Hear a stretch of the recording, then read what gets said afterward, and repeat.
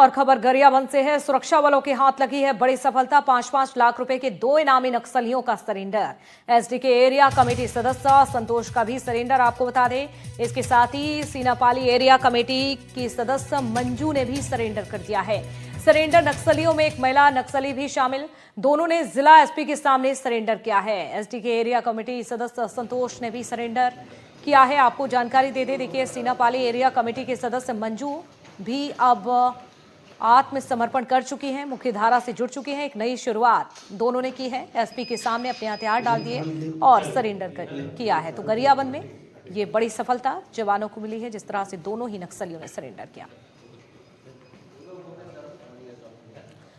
तो देखिए, गरियाबंद नक्सल मोर्चे पर गरियाबंद पुलिस की मानवीय रणनीति ने एक बार फिर से जिस तरह से आतंक पर विश्वास की जीत दर्ज की है। 2 खूंखार और 5-5 लाख रुपए के नामी नक्सलियों ने गरियाबंद उप पुलिस अधीक्षक धीरेन्द्र पटेल और जितेंद्र चंद्राकर के सामने सरेंडर कर दिया। इन दोनों ही नक्सलियों का अतीत बेहद ही हिंसक रहा और वे उन प्रमुख मुठभेड़ों में भी शामिल रहे थे जिसमें 32 नक्सली मारे गए थे। सरेंडर करने वालों की पहचान संतोष उर्फ लाल पवन और मंजू उर्फ नंदे के रूप में हुई है। संतोष पिछले 20 साल और मंजू पिछले 23 साल से नक्सलियों के जहां डीजीएन डिवीजन में सक्रिय थे। गरियाबंद नक्सल मोर्चे पर गरियाबंद के पुलिस जवानों को लगातार सफलता पे सफलता हासिल हो रही है। इसी कड़ी में आज 2 और नक्सली मुख्य धारा में लौटे हैं। पूना मद्दौल करके जो गरियाबंद पुलिस की एक योजना चल रही है, उसके तहत 2 नक्सलियों ने सरेंडर किया, जिसमें एक पुरुष और एक महिला नक्सली है। दोनों पे 5-5 लाख का इनाम था। ये दोनों नक्सली इसलिए भी काफ़ी मायने रखते हैं क्योंकि दोनों नक्सली गरियाबंद में हुई कई बड़ी घटनाओं में शामिल थे। गरियाबंद में जो जनवरी में एक मुठभेड़ हुई जिसमें 16 नक्सली मारे गए थे, उसमें भी शामिल थे, और अभी कुछ महीने पहले जिसमें 10 नक्सली चलपति मारा गया था, उसमें भी शामिल थे। इसलिए दोनों नक्सली काफ़ी ही महत्वपूर्ण है। सर से चर्चा करेंगे। सर, क्या है पूरा मामला, थोड़ा बताएंगे? इन लोग कितने बड़े? एसडीके एरिया कमेटी का सदस्य लाल पवन और फिर संतोष, ये बहुत लंबे समय से, लगभग 1 दशक से अधिक हो गया इसको, इस क्षेत्र में सक्रिय था। और इसके पहले ये बस्तर क्षेत्र में भी सक्रिय रहा है 2008 से 2011 तक। और दूसरे जो नंदे है वो भी 2011 से नक्सल संगठन में भर्ती है और उसका भी लगभग 8-10 साल से इस क्षेत्र में वो सक्रिय रही है। तो इतने पुराने कैडर के सरेंडर करना तो एक बहुत बड़ी सफलता है ही हमारे लिए, क्योंकि पुराने कैडर सरेंडर कर रहे हैं तो इससे ये चीज़ें स्पष्ट हो रही हैं कि जो इनकी विचारधारा है वो इनके मन में ये भावना आ चुकी है कि ये विफल हो चुकी है, जो सत्य है। तो अब इन्होंने सही राह चुनी है, हथियार का रास्ता, हिंसा का रास्ता छोड़ के ये मुख्य धारा में वापस आए हैं और सामान्य जीवन अपना व्यतीत करने की ओर अग्रसर हुए हैं। सर, एक सवाल भी उठ रहा है कि जब सरेंडर कर रहे हैं, इतने कमज़ोर हो गए हैं, तो बाकी लोग सरेंडर क्यों नहीं कर रहे हैं? वो क्यों नहीं वापसी कर पा रहे हैं?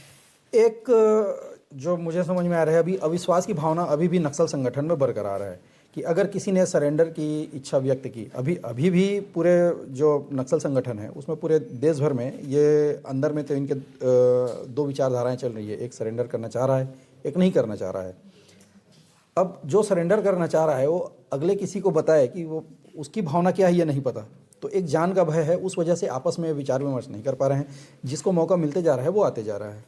कितने सर अभी तक गरियाबंद में और दीगर जिलों में सरेंडर कर चुके, एक आंकड़ा?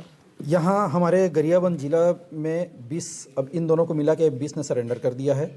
और इस क्षेत्र के सक्रिय नक्सली जिन्होंने जाके बीजापुर, सुकमा और अन्य अपने जो ज़िले हैं, जहाँ जिस ज़िले के वो निवासी हैं, अपने निवास वाले ज़िलों में जाके सरेंडर किया, तो इस तरह से कुल 30 से अधिक हो गए हैं। तो ये थे additional SP Dhirendra Patel sir हमारे साथ। लगातार मैसेज जा रहा है, इनका कहना है, और अपने तरह से पूरा प्रयास कर रहे हैं कि नक्सली लोग ज़्यादा से ज़्यादा सरेंडर करें। दोनों नक्सली जिन्होंने सरेंडर किया, आज उनसे भी बात करेंगे कि कितनी किस मुठभेड़ में शामिल थे और किस तरह कार्य करते थे, और आखिर ऐसी क्या मजबूरी जंगल में भी बन पड़ी है जो आकर यहाँ पर इन्होंने सरेंडर किया है। बुरहानपुर से बड़ी खबर, जीएसटी विभाग की ओर से कार्रवाई की गई है। दूसरे दिन भी आपको बता दी जा रही है कार्रवाई।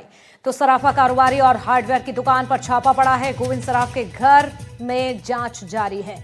दुकान सील की गई है। तो वहीं बादशाह स्टील और दूसरे फर्मों की भी जांच फिलहाल की जा रही है। तो देखिए, आज भी लगातार जारी है जांच पड़ताल। बुरहानपुर की तस्वीरें आपको दिखा रहे हैं। जीएसटी विभाग की ओर से बड़ी कार्रवाई। बुरहानपुर में हार्डवेयर कारोबारी और सराफा कारोबारी के 2 स्थानों पर जीएसटी टीम की सर्च आज दूसरे दिन भी जारी है। हम आपको बता दें कि जो सराफा कारोबारी के यहाँ देर रात तक सर्चिंग की और अफसरों ने उसकी दुकान को सील कर दिया है, जो अभी तक नहीं खोली है। हम इस वक्त हार्डवेयर कारोबारी बादशाह स्टील के यहाँ मौजूद हैं। आप देख सकते हैं यहाँ पर जो जीएसटी के अफसर कर्मचारी है वो अपनी छानबीन जारी रखे हुए हैं। फिलहाल मीडिया को कुछ भी जानकारी नहीं दी जा रही है। एहतियातन इस फर्म पर पुलिस की भी तैनाती की गई है और जो हमारे सूत्र बता रहे हैं कि जिस तरीके से दोनों फर्मों का जो खरीदी बिक्री हुई है उसके आंकड़ों में विजिलेंस टीम को अंतर मिला है, उसी को देखते हुए ये जांच जारी है और ये जांच लंबा चलेगी। सूत्रों का यह भी कहना है जांच पूरी होने के बाद बड़ी जीएसटी चोरी उजागर होने की उम्मीद है। शारिक अख्तर, एनडीटीवी, बुरहानपुर। जशपुर में चलते हुए ट्रक में आग लग गई। ट्रक में भरा था एल्यूमिनियम पाउडर। ग्रामीणों ने आग पर काबू भी पा लिया है। आपको बता दें शॉर्ट सर्किट से ट्रक में आग लगी थी। नेशनल हाईवे 43 पर जहां सुखरापारा की ये पूरी घटना बताई जा रही है। तो चलते हुए ट्रक में अचानक से आग लग जाती है। जशपुर की तस्वीरें। ट्रक में बताया जा रहा है कि एल्यूमिनियम पाउडर भरा हुआ था। यही वजह थी कि आग और भी ज्यादा यहां पर बढ़ने लगी थी। हालांकि ग्रामीणों ने यहां पर